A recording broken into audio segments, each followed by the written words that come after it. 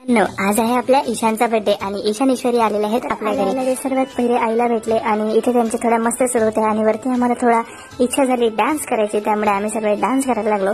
आणि तुम्ही आमच्यासारखं डान्स करत असाल तर नक्की कमेंट्समध्ये सांगा, कारण आमच्यासारखं डान्स करणं हा पॉसिबल नाही आहे। आता त्यांना काही नवीन स्टेप सुचल्या पण त्या एकदम भंगार होत्या, त्यामुळे याच्यात काही मजा आली नाही। सो आम्ही नंतर स्टॉप केला आणि आम्ही काही दुसरे गेम्स खेळायला लागलो। तेवढे वाजले आणि आम्ही सर्वजण ईशानला विश करण्यासाठी इथे बसलेलो होतो, बट इतकी मजा सुरू होती इथे, त्याला मारायचं होतं आम्हाला सर्वांना मिळून, पण तो आमच्या हातात ते लागत नव्हता आणि इकडे ईश्वरीलाच आम्ही दोपटलं थोडंसं आणि एकमेकांची मस्त्या सुरू होत्या, पण काही मारलं तर नाही आम्ही त्याला। पण बर्थडे विश केलं रात्री 12 वाजता आणि ईशानवरचा मार ईश्वरीनेच खाऊन घेतला।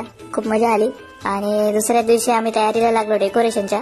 सो इथे मी लाइटिंग वगैरे छान लावून घेतली आणि आम्ही बाहेरून आणले होते बर्थडेचे स्टिकर आणि ते पण आम्ही तिथे लावून घेतले।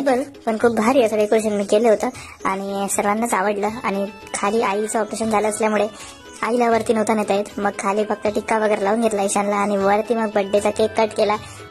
बर्थडे केक कट करत असताना ईशान स्पार्कलमुळे एवढा घाबरला होता खूपच घाबरला तो। आणि त्यानंतर केक कट झाला, त्याच्यानंतर आणखी खूप साऱ्या मस्त वैभवदानी त्या शोध केल्या आणि तोही खूप भारी रिस्पॉन्स देत होता, मजा येत होती। आणि इथे मग आम्ही थोडे गेम्स खेळलो, त्यानंतर आम्ही जेवायला सर्वजण खाली गेलो, पण जेवण करता करता पोळ्या संपल्या आणि मग बिचारा ईश्वरीला पोळ्या कराव्या लागल्या। सो आजचा ब्लॉग करूया इथेच एंड। बाय गाईज, जुगनू।